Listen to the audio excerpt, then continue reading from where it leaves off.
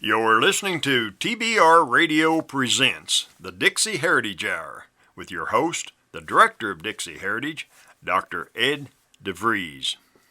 The July-August issue of TBR Magazine is hitting the newsstands, and as is our custom, whenever a new issue of the Barnes Review comes out, we have as our guest Paul Angel, Executive Editor of TBR Magazine, which of course is the TBR in TBR Radio Presents the Dixie Heritage Hour. A lot of material to cover in today's show, so without any further ado, let's just go straight into the interview with Paul Angel. And this was probably 4 years ago now. I was at Tulum, and I have to say it's probably one of the most beautiful places in the world, especially if you're up at the top of the temple overlooking the Caribbean. I mean, it's just a breathtaking view. But Marc Roland wasn't so much concerned about the scenery in his article on Tulum, but more about the gods who had potentially inspired the city, as well as some of the higher technology that those gods, quote unquote, had brought advanced knowledge of science, astronomy, technology to what was probably a very backwards native people. And those myths of the Central and South Americans and others in the Western Hemisphere, the ancient Western Hemisphere before white man arrived, are so similar, it's eerie. I mean, they're these white, pale-skinned gods that come on bearded gods that come on a sea foam or riding a serpent-like ship. Sounds like, as I said, about much like the Vikings, so I don't think the Vikings would have done this. You look at their advances, their quick advances. I mean, the Mayans themselves, and we're talking about the Olmec as well. The Olmec are mysterious ones, and I think it's the Veracruz area, were just appeared as a culture practically preformed, and you just wonder. Transatlantic voyages were quite possible with the ancient Europeans and North Africans as well, if you consider the Phoenician outposts in Carthage. Phoenicians were amazing sailors. And so you wonder, did some white culture teach these people, bring them their some technology? As we know, whenever a less advanced civilization comes across one, or vice versa, that is extremely advanced, strange things happen. I mentioned the cargo cult of World War II in I think it was the Melanesian Islands, maybe the Tobrian Islands, in which we were dropping airlifting goods, crates of food and such from the sky to these primitives. Before too long, they had created an entire religion around it. Of course, it was just the U.S. Air Force dropping supplies and such, and perhaps the locals, they wanted to be in good shape in case the Japanese came or resist in some respect, although they were mostly Stone Age. But they created bamboo planes on ground that looked just like these planes. They worshiped these planes. And then when the war ended, they didn't drop the stuff anymore, and they wondered what they had done to offend the gods. Of course, people that come across these advanced civilizations in such a state almost always think that those who have arrived are gods. And they codify it, and they remember it, and they illustrate it, and they talk about it, and they pass it down into their lore. It may very well be this is what happened in Central America. Now, looking at some of the things that were brought to them, I was looking at a picture in this particular issue of the July-August 2019 issue of the Barnes Review, in which we had several things. One were these sock bays, which were elevated roadway system connecting major Mayan cities. According to the author, Marc Roland, 50 of these elevated roads, which were like 6 feet of rock underneath in a roadway, came from the city of Koba, and they were as long as 62 miles. You're talking something as impressive in some respects as some of the Roman roadways. And of course, a surprise to me was a suspension bridge that they have across the Umacinta River. I mean, it was impressive. This was 1,300 years ago, so we're talking about 1100 AD. Am I right about that? 1100 AD. And it was incredible. So what did they do? They didn't have wheeled vehicles at the time, although we know the Mayans may have invented the wheel, come across the idea of the wheel, but never put it into play, because we see that the wheel is an axle wheel is used on Mayan toys. Of course, you also have to remember that the Mayans and the Central Americans and the North American Indians never had a draft animal. So it could be that they invented the wheel and had no use for it. It's a funny thing about inventions, as they find out that inventions like the wheel. Like a smart guy didn't sit around and say, this is off the track, but a guy didn't sit around and say, I got to come up with an idea where we can pull a cart. They didn't like that. Somebody invents the wheel, notices the wheel kind of rolls down the hill, and then says, what can we do with the wheel? It looks to me like they made some pretty amazing and pretty quick advances here. Of course, the Mayans, their astronomical knowledge was pretty impressive too. And this would have even from European standards at the time, to have been able to predict that Venus was going to pass in front of the sun twice in the year 2000, that whole bit about the Mayan calendar ending in the end of the world. Not really necessarily the way their calendar worked. But when you look around, you see such a uniformity of mythology. And then you see these white gods portrayed in their artwork. And when you look at the artwork that we have included, busts of 7 or 8 figurines, these are very specific facial types. One's got a sharp, pointy beard with a goatee with almost what you might say is a Phrygian cap. Could be a Phoenician cap. Another one's got a clearly long dolichocephalic face, not the round-headed brachycephalic face of the Central Americans, long, skinny face with a beard and a strange cap. Other ones, their gods are always bringing them. They have these goatees and everything. Where did they come up with this idea? These are so specific in the look, the noses, the eyes, the face. It almost looks like a particular person that they have crafted here, not just a general racial type. And of course, they're all over the place. We have just 6 photos of some of the god faces from South America, Central America. So it's a very, very interesting. Of course, when Cortez arrived, he arrived right at the same spot, too, that you would have come from Europe, because the currents take you there. And he arrived just about the time they were expecting this, and they thought he was Quetzalcoatl, Kukulkan in the Mayan language, but he came across the Aztecs. And, that's why they were really, in some respects, so easy to take off guard. And what do you have? A couple hundred guys max, and they were probably separated at one point in time. They had well under 100 guys facing a possible slaughter by an Aztec army that was in the tens of thousands, waiting for this white god to return. So Tulum being a very interesting, and unlike many of the other Aztec city-states, in that it was walled around, and it was in a spot that was a beautiful spot, as you mentioned, overlooking the ocean there.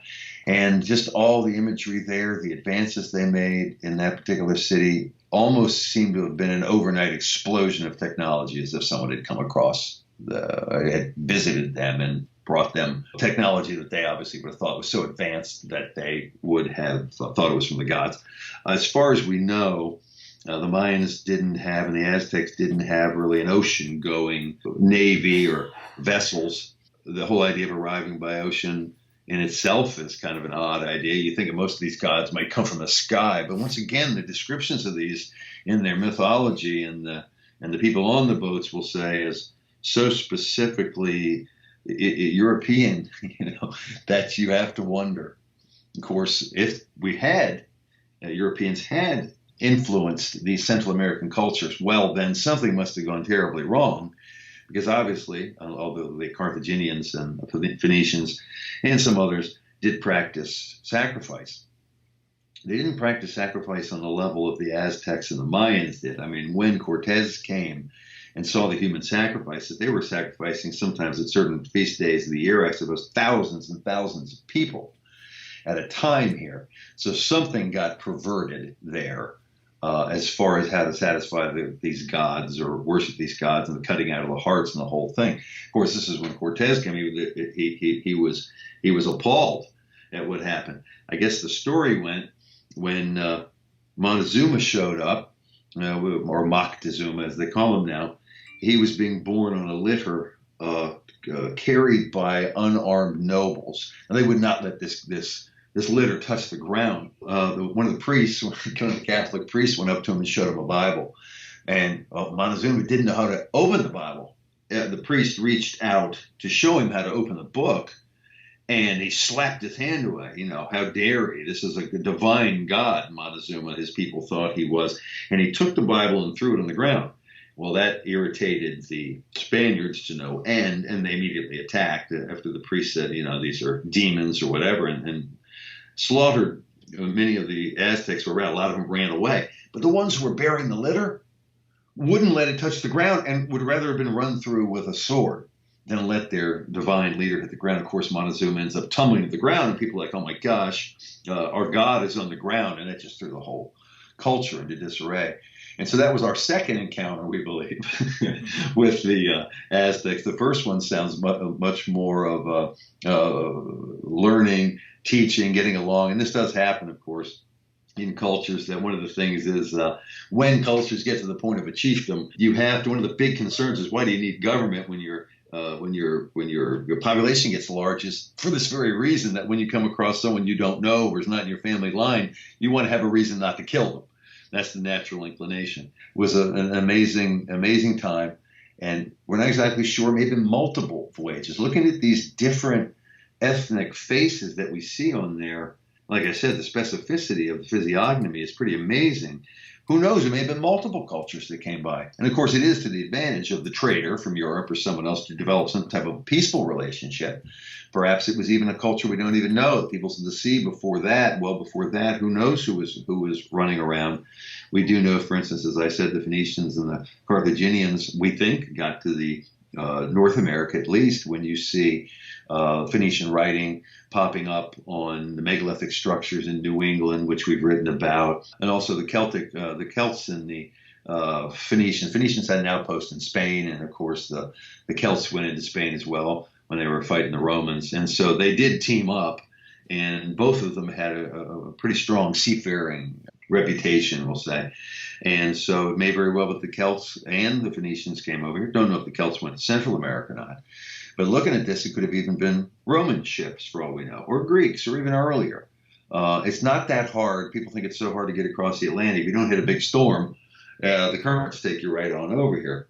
Well, the Romans and the Greeks were able to cross the Mediterranean. And if they could cross the Mediterranean, they could cross the Atlantic. Well, not only that, the Carthaginians circumnavigated Africa. And not the same culture, but the Malay people made it all the way to Madagascar, when the Africans couldn't make it that small bit to the island of Madagascar. Our ancient ancestors from all over the place, the Eurasian continent, specifically North Africa, is pretty much considered part of the Eurasian continent only by culture and advancement. It's quite possible. Looking at what's in this country, we know one thing is that there is Ogamic writing here, and it looks like Celtiberian writing, scripts found carved into stone.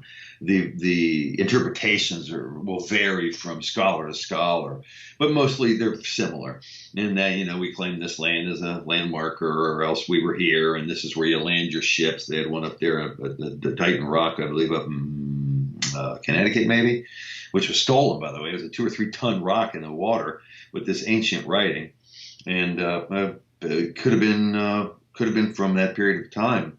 So who knows? We know it makes perfect sense when you look at what happens when you lose a big war. What happened when the Carthaginians got beat by the Romans? The Carthaginians had to hightail it out of North Africa, and the Phoenicians were pretty much done too. Where did they go? Same thing with the Templars, much later, of course.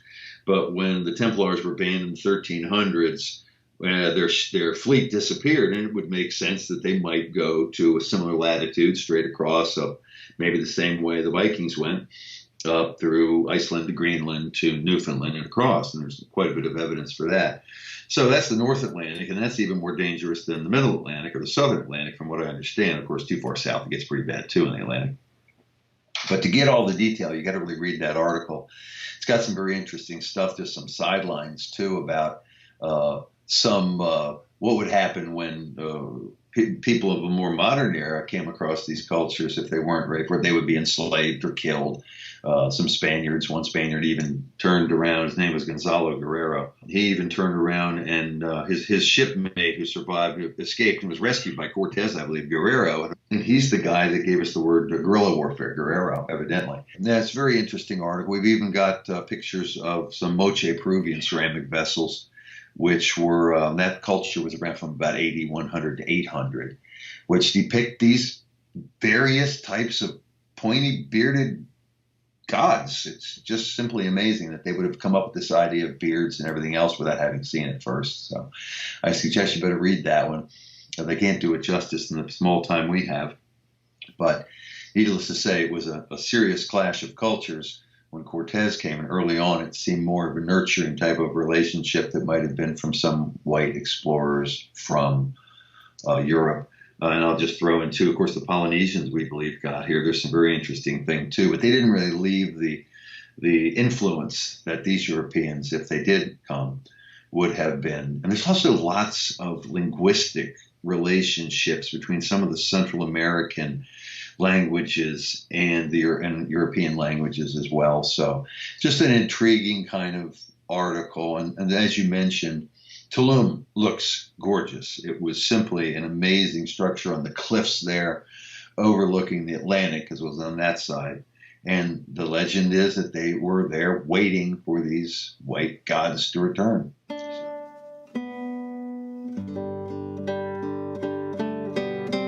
If you love listening to the Dixie Heritage Hour, then I know that you'll love reading the Barnes Review. The Barnes Review is one of my favorite magazines. I began reading the Barnes Review long before they became a sponsor here on the program.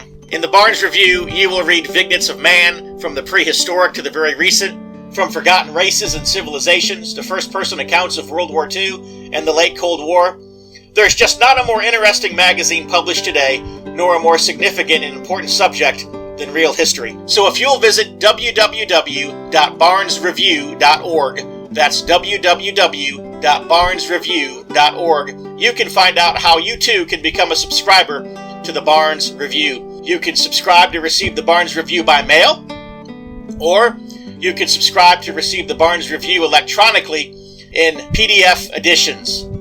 Or you can subscribe to receive both. That's what I do. So visit www.barnesreview.org and subscribe to the Barnes Review.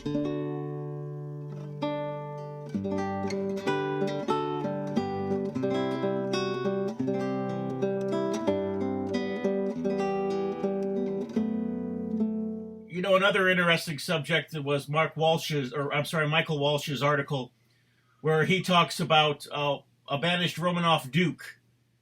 Basically, Grand Duke Nicholas basically kind of did the same thing, only in another part of the world, and he basically turned an Asian desert into a paradise. That's a very good analogy. White people get a bad rap this day. I don't need to tell any listeners that. We've done such horrible things, they say. But on the other side of the coin is how much we've given the world free. It is our natural inclination, pathological altruism. On the other hand, this is just the way we are, you know.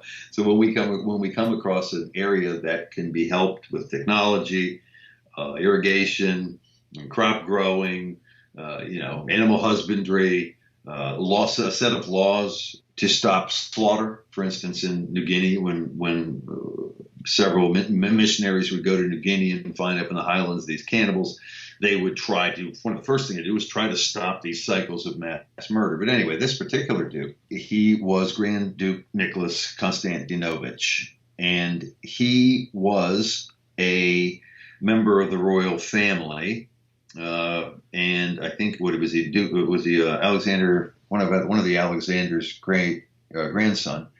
At any rate, I believe Nicholas may have been his cousin or his uncle or whatever it is. And so he had been evidently was quite a lover, and he had an affair with a woman named Fanny Lear. Now, for those who don't know Fanny Lear, she had quite a checkered reputation.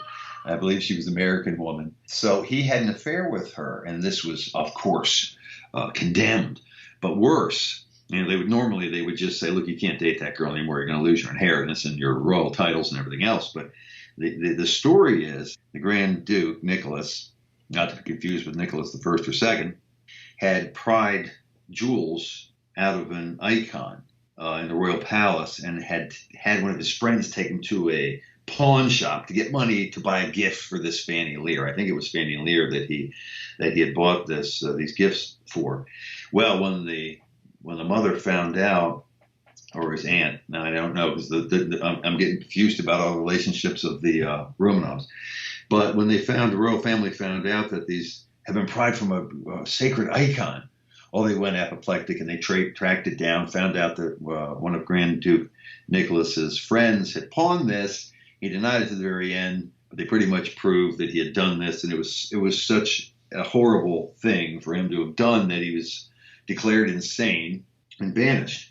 Well, the Russians had just won a small war, I guess, against what is now Uzbekistan, and Tashkent is there. I don't know what it was called at the time. He was banished there because they had just conquered this, so it was considered like the outer rim of the Russian Empire. So they said, well, that'll serve him right. Sit him there. It'll be in anonymity forever. But he was getting, I think, 200,000 rubles, or a year, excuse me. And that was quite a bit of money, obviously. But he didn't take the money and hoard the money. He started helping create theaters. And, of course, this is a desert area. He paid with his own money for multiple massive canals. He was interested in architecture, art. He was extremely intelligent, extremely literate. The people there loved him, evidently. He had a massive collection of art. Oh, he had built a huge palace there and had an Islamic flair to it. In keeping, he didn't want to, he loved the people there. It seemed, and from what we understand. And so, I mean, this guy just did all. As I understand it, his palace that you just referenced is still, to this day, like the Uzbekistan National Museum. The reason this would hit the news again was because just recently they found in Tashkent, underground, under the basement, behind a fake door, in the walled up basement of some place, this massive treasure trove of gold and silver coins and beautiful paintings. It was mixed in with some other stuff too. So obviously somewhere along the way, they had stashed these goods, and much of the collection of the National Museum of Uzbekistan is from the Duke's amazing collection. I mean, he had beautiful oil paintings of Empress Alexandra. He had a really complex microscope in there. Like I said, gold and silver coin and maybe bullion. He had other paintings, just like there's one portrait of a noblewoman. He also had a beautiful sculpture of Venus. And of course, Venus is already a symbol of love. And she holds an apple, which is even more a symbol of temptation and love and sexuality. The face is evidently that of Fanny Lear, so he must have been really in love with her. He did end up marrying a local gal who was the daughter of the police chief. Well, her name was Nadezhda, Nadezhda, Alexandrovna, in Tashkent. He married her in 1882. Never, ever was forgiven by the family. And of course, he's marrying her in 1882. He's looking kind of old, but he was around for the overthrow of Nicholas II. And evidently he was happy about it. He must have been holding a grudge, possibly rightfully so, but whatever. He ran a Bolshevik flag up, and he had been very good friends with Kerensky. Kerensky lived in the neighborhood, evidently in Tashkent. So this is something, the pictures alone, of course, when Mike Walsh does the story didn't just go, but he includes a plethora of pictures. We've got pictures of Nicholas with his wife and the brother, the Grand Duke Konstantinovich, he being Nicholas, this one's Konstantin. He had, the princes were Konstantin, Vyacheslav, and Dmitri. They were all in line, I suppose, even though he's banished. I'm not sure this banishment and this exile may have taken away all of his rights to succession. But just an amazing little story of what you might find if you can. Everybody's going to go down and want to look in their basement and see if they can find any secret doorways down there, because the value of this hoard was multi-millions. And he turned that thing into, he did everything he possibly could in his lifetime to help the people in the area. Fascinating story. And it kind of just reminds you the Romanovs, of course, were given such a bad reputation by everybody. People still believe it today, that the Romanovs were evil. They weren't. They were really a very benevolent ruling family, had a great concern for their people. And when even the Duke had this, then the Grand Duke, when he was banished, still took this natural inclination to want to help the people of who he lived amongst.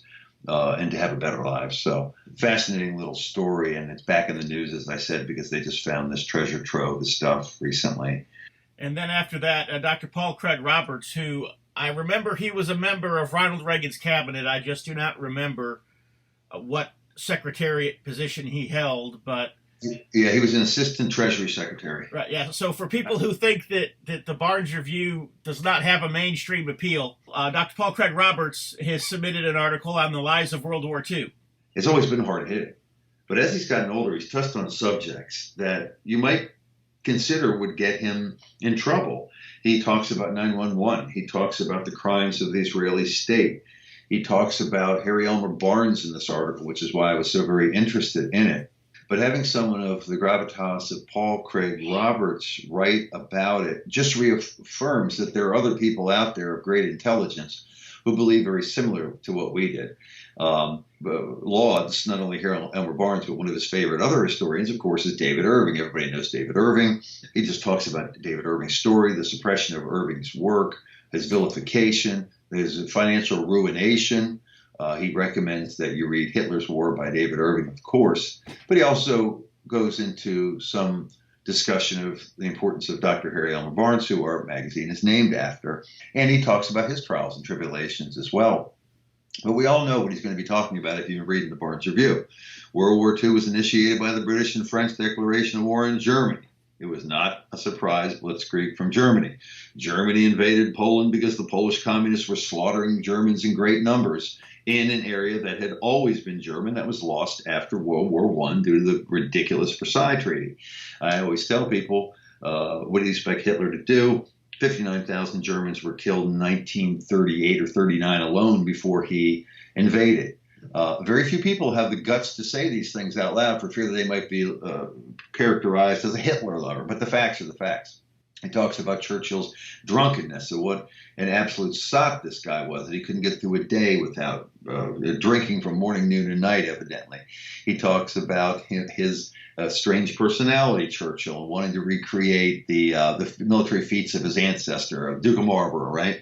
He goes on and on here, and it is good reaffirmation for people, because let's face it, and you know this yourself, as we go to talk to people about the things, even the less incendiary things that you'll find in the Barnes Review, that people will look at you funny like you're crazy. If you said that it was the British and the French who started World War I, that Hitler had done a great favor by not wanting to slaughter fellow Anglo-Saxons at Dunkirk. Oh, sure, you mean Hitler had a heart? That's impossible, right? Or Churchill was a sot? Or Churchill was a egomaniac? You know what I'm saying? They look at you like you're crazy. And here it's all covered in one pretty good article, which we've taken sections of this over the years, of course, not from this, but the things he's talking about, we've done very in-depth stuff on. But it's a great piece for you to introduce to others. For instance, he goes into the World War II, the two bombings, the bombing of Dresden, the bombing of Hamburg. And this, of course, no one would believe it, right, that you talk to that's been through a mainstream public school system in America, that Hitler had resisted to the very end the idea of bombing civilians. He wanted them kept out of it, not only because he didn't like the idea of it, this was against his nature, believe it or not, because he knew that it would put his own people in danger. But he couldn't resist anymore once they started the civilian bombings. Of course, Dresden being the bombing of Dresden, the bombing of Hamburg, the fire bombings of these were some of the worst war crimes in global history.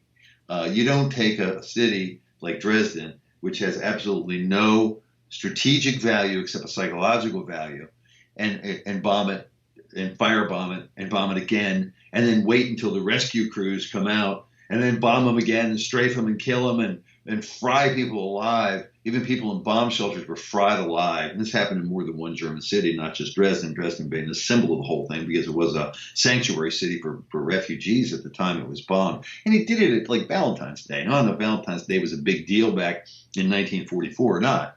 But believe me, he took it at a time when it was going to be extra, the Allies bombed the city at a time which would have been extra psychologically harrowing for these people. So if you aren't reading Paul Craig Roberts, you really ought to go look him up, because he's talking about all kinds of stuff that I didn't see him writing about 10 years ago. It's almost like as he's gotten older, he says, forget it, I'm not pulling any more punches. I'm out of the mainstream now. He's a very shy guy, evidently.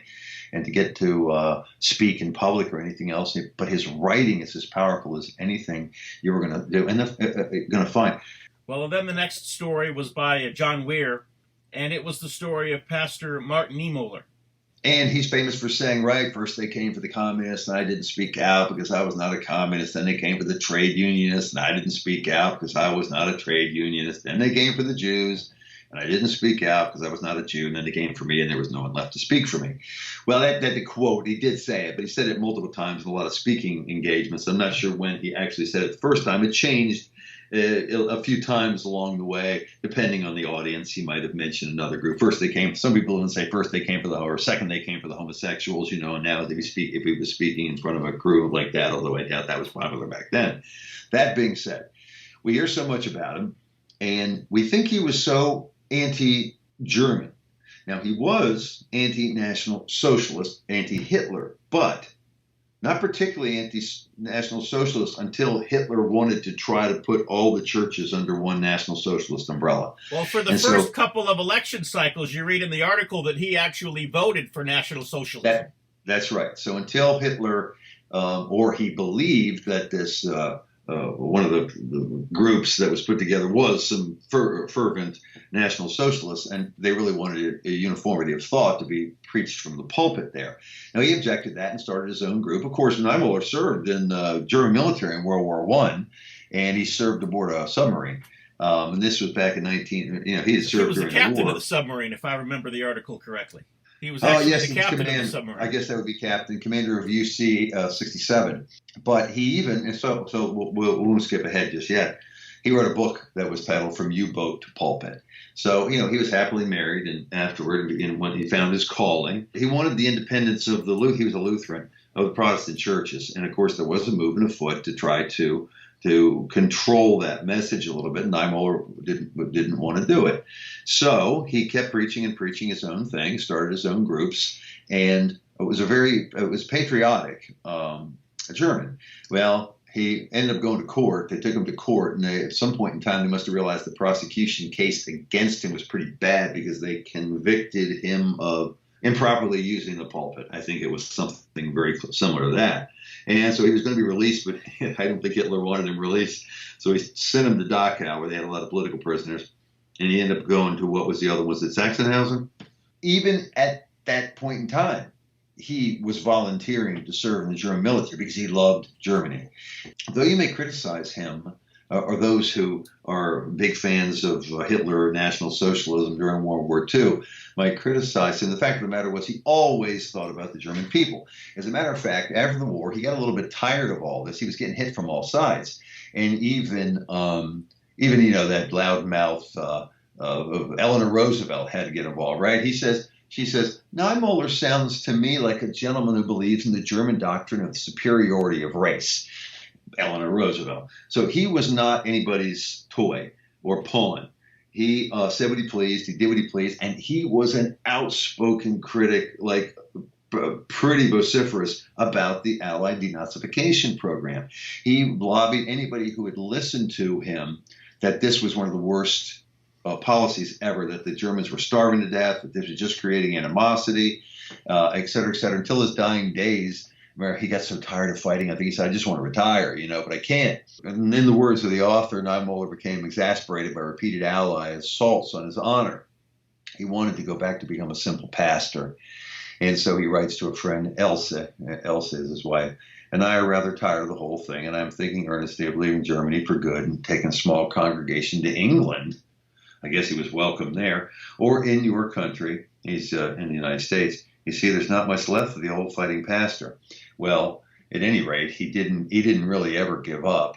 People have just used this famous quote to portray him as an anti-German. Truth of the matter is, the exact opposite is true. As a matter of fact, the Nazis, the Allies kept him in prison for a little while afterwards because they weren't so sure about him. Finally, he got himself out of there. And he was also a great administrator, and he always tried to do what he thought was best for Germany. He was a victim of this Allied atrocity campaign designed to make Germans feel guilty about their complacency, in quotes, during World War II. And this was not a man who was very complacent about anything. So he was, I don't know if he ever got much done, but he certainly brought a lot of attention to the crimes of the Allied occupation and the denazification program. I mean, I forget what he said in there exactly, but 15,000 ex-Nazis, functionaries, mayors, whoever you may be, constables who were executed by the Allies after the war because they couldn't denazify them, I suppose. Niemoller is worth reading about, and if you can get a longer book on him or read his own book, it's well recommended because the guy was a very interesting fellow of conviction. And you would relate to him, right, being a pastor yourself? Probably the two most famous of the pastors, quote, martyrs, if you will, of the period were Niemoller and then also Bonhoeffer. But of course, their fights, their battles, their whole ministries and imprisonments, totally different stories. And most people, try to kind of merge them into one story, but they were totally different in their dispositions and even in the things that they were fighting. Well, that's a good point because Bonhoeffer was involved in an assassination plot, right, against Hitler? Yes, sir. And he got actively involved in, I guess, violence, you would say, at that point in time. But you know what? Anybody who does what they think and has the convictions to die for it, one way or another, is a rare thing to see these days. Well, at least in the Christian West, because, as we know, Islam and Islamic people are more than willing to die for a cause. Extra, read all about it. If you're like me, and I'll bet you are because you're listening to the Dixie Heritage Hour, you like to be on the cutting edge of honest news and accurate information. You like to hear about the latest financial trends and to know what's happening around the world and right here in the United States, the things that can directly impact you, your life, and the life of your family. 26 times a year, the American Free Press newspaper can be delivered to your door, packed with the kind of uncensored news that I know you're going to appreciate. AFP covers the stories and tells the truth that the lamestream media is frankly scared to touch. And AFP offers real, on-the-scene reporting and commentary, the likes of which you will never see in the Washington Post, the New York Times, ABC, NBC, CBS, CNN, or just about any other lamestream news source that you can think of. That's right, there's only one national populist news weekly staffed by an unsurpassed team of veteran investigative journalists who will dare to rip the veil off of many of the major news stories that are being censored and suppressed, and that's the American Free Press. AFP publishes exciting, in-depth, uncensored news and information that's grassroots and patriotic, information that Americans need to know in order to combat the growing police state. AFP stands firmly against the New World Order and against those who are working to establish a global plantation under the rule of a powerful few. In short, AFP is your voice. If you have any doubt why they want to silence AFP, you must be relying on the lamestream media for your news, and folks, that's a big mistake. If you're ever dissatisfied with your subscription to the American Free Press, their guarantee is that you just drop them an email and they will gladly refund the unused portion of your subscription. So what are you waiting for? Visit www.americanfreepress.net. Once again, www.americanfreepress.net. And find out about the American Free Press. Do it today. Extra, read all about it. You talk about the United States. A lot of that is probably part of the reason why we lost the Korean War. And, of course, Dr. Matt Johnson had written that article, Humiliation in Korea, Why the U.S. Lost the War. That was a very interesting story to me because we don't cover the Korean War much. We get kind of, I must say, we need to expand for 2020 and talk about more subjects because we do. Our writers are World War II experts for the most part, although we do have lots about ancient cultures and white accomplishments, et cetera, et cetera. But the Korean War is a mystery to me. However, Dr. Johnson's father fought in the Korean War and had a lot of inside information here. Now, Dr. Johnson is very critical of the U.S. war machine, as he should be, and our propensity for walking around with a big stick. And thinking that the hubris of thinking that we can take any nation down and no one's ever going to give us a good fight. Well, we underestimated the Chinese, and it really wasn't we underestimated their military capability. It was more their fervor, their willingness to, again, die for their cause. I mean, there was, Dr. Johnson points out on multiple occasions here, in this article the number of times that we had the manpower and materiel advantage over the Chinese in battles and lost and got beaten pretty badly. There are other times when our soldiers fought bravely in that war, and many times in terrible conditions, freezing cold, rolling hot, whatever it may be, and they fought to the death many times. Again, U.S. soldiers should not be sent into an area where there is not a national interest, where they have no real reason to give their lives for this. There were some sidelines in this story. I can't go into the details of that story because the story is very detailed and it's a little bit longer than some of our other stories on this one, so you have to read this one for yourself. But just the cultural differences between, say, the Turks and the Americans was fascinating. The Turks were one of our UN police state allies. On several occasions, and this particular battle was this article was a focus on the Battle of Chongchon River. The American troops had gotten surrounded by the North Koreans. The Chinese were a combined army. The North Korean army was pretty much put out of commission at one point in time when the Chinese took over. But these Turks came to save us. And I mean, these guys were absolutely the most amazing fighters. These guys like hand-to-hand fighting with knives, and they would go into any situation, and they rescued the United States, or at least delayed the attack of the enemy until the U.S. troops could retreat. And when you look at the parallels between what's going on with our belligerent United States, belligerent neocon attitudes towards China and Russia in particular, have we forgotten the lessons of the past so quickly? How many men died? How hard it is to beat these nations that are on their own soil practically? Of course, North Korea attached to China. And the numbers that they have, and here we're poking, but specifically the Russians, I don't know, we're a little irritated with the Chinese and the Spratly Islands and the other islands they militarized, but it's none of our business. That's their part of it. Let their neighbors decide. Let the UN decide if they want. Just don't include us in this slaughter anymore. The way we needle these Russians and needle them, it's almost like we want a war with a nation that between the two of us could destroy the globe 6 times over.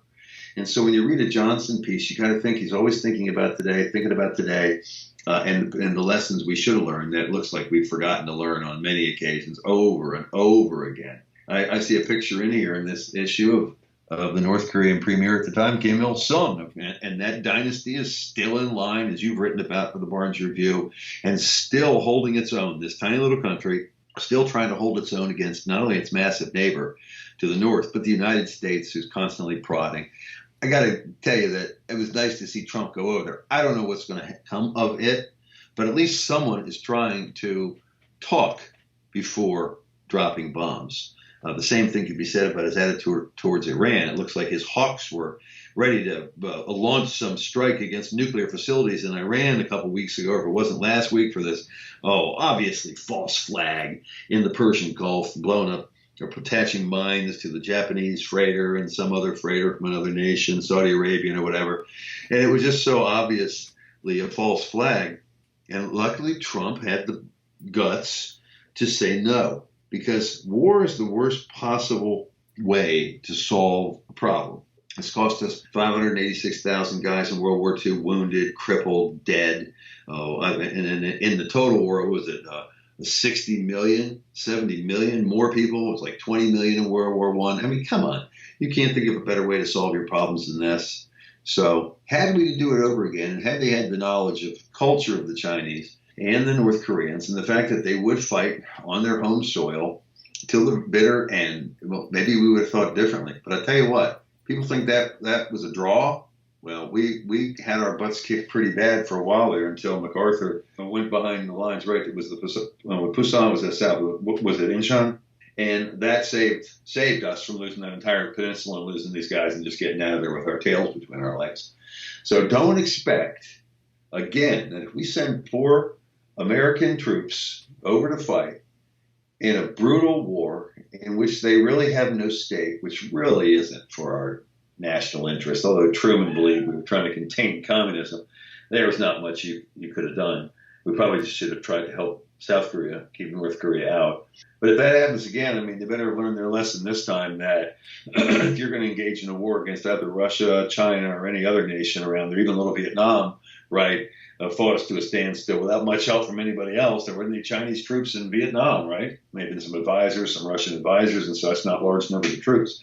That type of war cannot be won, a guerrilla war on home soil, and we're just destined. If we go for Iran, we are destined for mass numbers of casualties. The North Carolina Heritage Political Action Committee was organized by concerned citizens of North Carolina in 2015 in response to the increased attacks on North Carolina's history and heritage. The North Carolina Heritage PAC supports state and local candidates for public office who pledge and show their support for the protection of Confederate memorials and the preservation of all of North Carolina's history. We all know that Confederate memorials and symbols are the easy targets, and that the end game of our leftist enemies is to erase and rewrite all of history, from the colonies to the War on Terror. If we fight them for our state's rich Confederate history and heritage, we may be able to stop them from their mission of total destruction. Join the North Carolina Heritage PAC now by visiting ncheritagepac.org.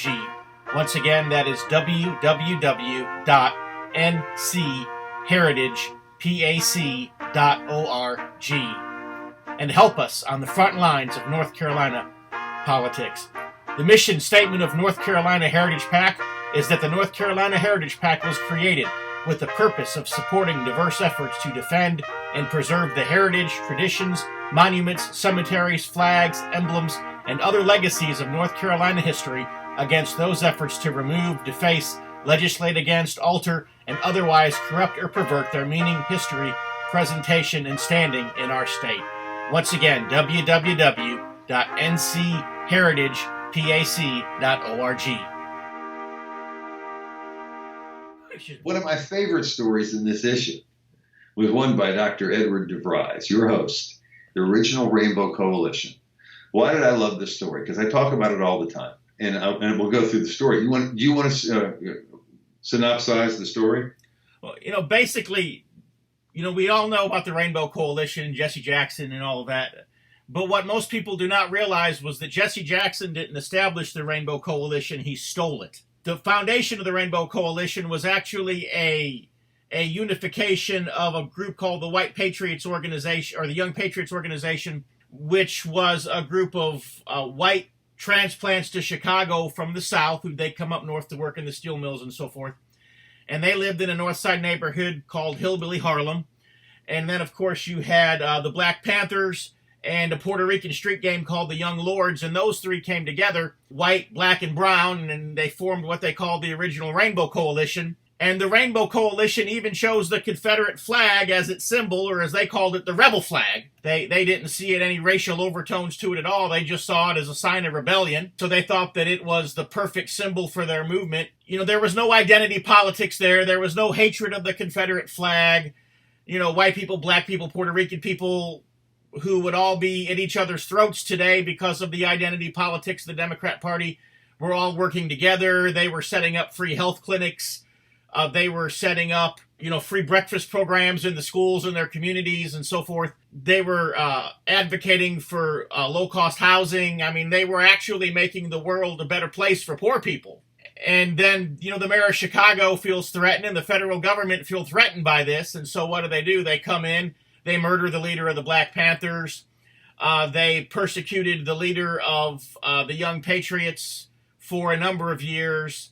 They broke up the Puerto Rican gang, and of course they shut down all the things that the Rainbow Coalition was doing. They shut down the health clinics. They shut down the breakfast programs. They shut down all of their different political activist groups. They even raided some churches because the Rainbow Coalition had some offices in some Chicago churches. Then after the Rainbow Coalition had been taken down, all of a sudden Jesse Jackson kind of steals the name, declares himself the leader of it, and nearly gets himself elected president. That just about covers it. Yeah. And my point has always been this. Black people, white people, Spanish people, they can work together, okay? You can, and this is what Wells Carter always said, the founder of the Barnes Review. That's why he worked with the Cosmopolitan Brotherhood. I've said this many times. And Jewish Gun Owners of America, whatever it was, whatever group he could find that was a nationalist group, Of course, nationalism is a really, really bad word nowadays, right? It's only white nationalists, no such other kind of nationalists out there. But they used to be. They still are out there. They're just allowed to operate a little bit with a little less pressure. But they can work together. What happens when groups work together across racial lines? The government, as you mentioned, in the local municipalities, in this case with Daley, I guess the Daley machine was a bit different than it is today as far as cities goes, not quite under the thumb of one guy or one family. But when they start to make progress, it really irritates them because divide and conquer is their motto. But you look at this story, particularly like Fred Hampton was a little bit antsy about working with white hillbillies, okay? But once he got to talk to them. As a matter of fact, weren't they speaking at each other's churches too? And like a black church might get a member of the Young Patriots or whatever it may be. And of course, by the way, the Young Lords was once a big street gang. And I think the murder of Fred Hampton, which I'll discuss in just a moment, was just the Young Lords and Fred Hampton had both converted tons of gang members. They even signed like inter-neighborhood and inter-gang peace treaties so that they would stop slaughtering each other. So you look today, and there's the news media trying to get you all riled up. Black people hate white people. Black people hate white people. They're tearing down your statues, and at the same time they're like, white people hate black people, and Spanish people. You're keeping them in concentration camps today. You're separating families. Anything they can do to generate animosity between the races is towards their ultimate goal, which is New World Order and basic control of everything that goes on. But it really gets them worried when the racial groups work together without like a big machine behind them, or the impetus is the federal government has arranged this agreement between these. No. It's best when people work together to solve problems that they all share. They don't have to live in the same neighborhoods if they don't want to. They don't have to go to the same schools if they don't want to. Of course, we force them to do it. And we also, and the news media just keeps on fomenting the stories. And sometimes they're going to be the other way. Listen, I always felt like there's two things going on there at least, right? You got the one with the white cops that shoot blacks. The idea that that's what cops do. That's what white cops do. They're just out in the street looking for unarmed black people to shoot. Now, too much of that has happened. I got to tell you, we've always been a critic of police overreach as far as shoot to kill. But when you look at how the FBI operates, when the FBI gets involved, you're in big trouble. They always use the informants, right? Every FBI agent allegedly has to keep 2 informants on the payroll, right? To get something, got to get something out of them, got to make the money worth something. So here you have this guy, Fred Hampton, sound like a pretty good guy. He's doing his thing. He's speaking at churches at on the weekends or after whatever I don't know if he was paid for the Black Panthers or how they got their money or if he had a full-time job or whatever. But the point was, what they do? They send over an informant to drug him with some barbiturates because they know that they want him knocked out and asleep when the big raid happens on his house. I mean, talk about dirty, rotten low. Of course, there had been a few murders of police officers at the time in Chicago, but I said with the Black Panthers, don't know what caused it, don't know what instigated it, don't know if it was justified or not. Stuff still happened today. But anyway, they knock him out, and they just start firing at the house. The guy is wounded, and Hampton staggers, or maybe he fell down on the floor, I guess it was. And so one of the witnesses says he overhears him saying, is he dead? And the other one says, no, he's going to make it. And then boom, boom, they shot him twice in the head. So it was an execution. And all these guys were trying to do was make life better for the poor for the most part. What were they going to do? They were going to have an armed revolt. I don't think the idea we have of the Panthers is a little different today. And what's the acceptable version of the Panthers? Well, nowadays it's acceptable, and the powers that be love it, that the reputation of the Panthers is to show up at the polling stations and to stop all white people from voting, and they do intimidate them. But that's an acceptable version of the Panthers for them. What is not an acceptable version of the Panthers for them is a Panthers that are teaming up with whites and Hispanics with a Confederate flag as their symbol. That was unacceptable for the powers that be, or the deep state will say. Fascinating story. Proves my point that we can get a lot more done if we do it, if we agree to work with those people, no matter who they are, that have similar goals to what we have. And generally, it's a nationalist goal. I mean, wouldn't expect that the Panthers of the time under Fred Hampton would have been out protesting for equal rights and pay for poor whites. That was the poor whites' job to get out there and do it with the Young Patriots. But they certainly were supporting them and letting them talk to each other and working with them where they possibly could to make life better. So, hey, let me ask you, you think Chicago would be a better place if they hadn't murdered these guys? Heck yeah. 40 years ago, you had gangs signing the peace treaties, as I mentioned. You had the murder rate was going down. You had people understanding that we aren't the enemy. They're the enemy. Okay, the people who are trying to keep you down, the people who are trying to, the global elite, the wealthiest people, the government, the movers and shakers behind government, the hidden hand, whatever you want to call it. It's a lot better when we get things done on the streets ourselves. Ain't going to happen anymore. I think they've succeeded, and the news media is such a willing partner in this fake news disinformation program of the U.S. government that we absolutely all hate each other. And it's all a bunch of baloney.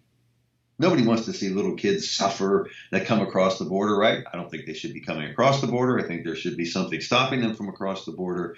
But what they want you to believe is, A, we like it when cops shoot black people. We like it when kids are put in camps behind some barbed wire, right? You know, it's just crazy. And the thing is, though, oh my gosh, not only are they gobbling it up, the general public is gobbling it up, but white people in general don't even know.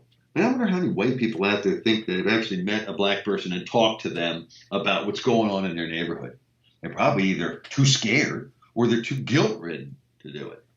So too bad that this happened. Too bad the effort to crush this really grassroots, racially nationalist movement in Chicago was crushed, and that a guy, a racial hustler like Jesse Jackson, is the one who inherited the thing. He is not of any of the caliber of the people who were involved in the original Rainbow Coalition, the real Rainbow Coalition. We even have a button in here that they wore, right? It was a Confederate flag in the background with a white hand shaking a black hand.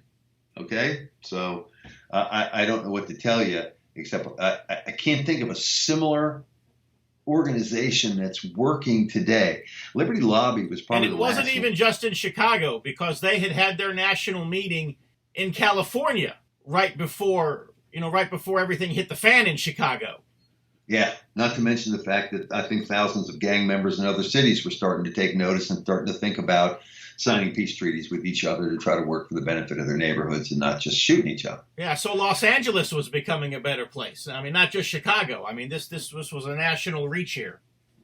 Yeah, you got to wonder why shutting down a soup kitchen was so important to those people trying to sabotage this particular move. But a fascinating article. I think one that what people might be surprised to understand what the Barnes Review and what our founder and the people who came before me thought about nationalist movements. Were we threatened by a nationalist movement with African Americans? Not really, because we feel like it's their duty to make the lives of the people in our neighborhood better. And we wouldn't thwart it, nor would we be concerned that they were going to try to have a revolution and overthrow and go into the suburbs. They know where they are. They want to make the lives better for the people that live there. Same with the Hispanics now. But I tell you what, it's just totally reversed. That was a moment of real hope for this country, in the inner city specifically. As a matter of fact, you know what happens, right? Once the poor whites and the poor blacks and the poor Hispanics get together, then middle-class white America takes notice. And that's what really got them, was there was a lot of white people, just average white people, taking notice, showing up at the church services to listen to these guys talk. And they said, man, this is not going good. This is turning mainstream. So a fascinating article, one of my favorite articles we've had in here in a long time, really explains, I think, how we feel about it and why we would have supported the Black Panthers of the time. And then the last story in the magazine was... article was one by Tom Goodrich on the Noble Savage. Now, we talk about this every so often. I got a couple letters recently saying we should talk about it more. I'm not sure why. I think we've made our point. But this was a fascinating article on... There's a myth, right? When we've talked about this in previous shows, I'll make this one quick, that when you got captured, women got captured by the Indians before too long, they wanted to be their husbands or their wives, and have children, never wanted to leave or ever leave these Indian tribes. Well, that's not exactly the truth. And here we have the story of Catherine German. She was 17 years old and she was captured by the Cheyenne. And she was basically a sex slave for 5 or 6 months.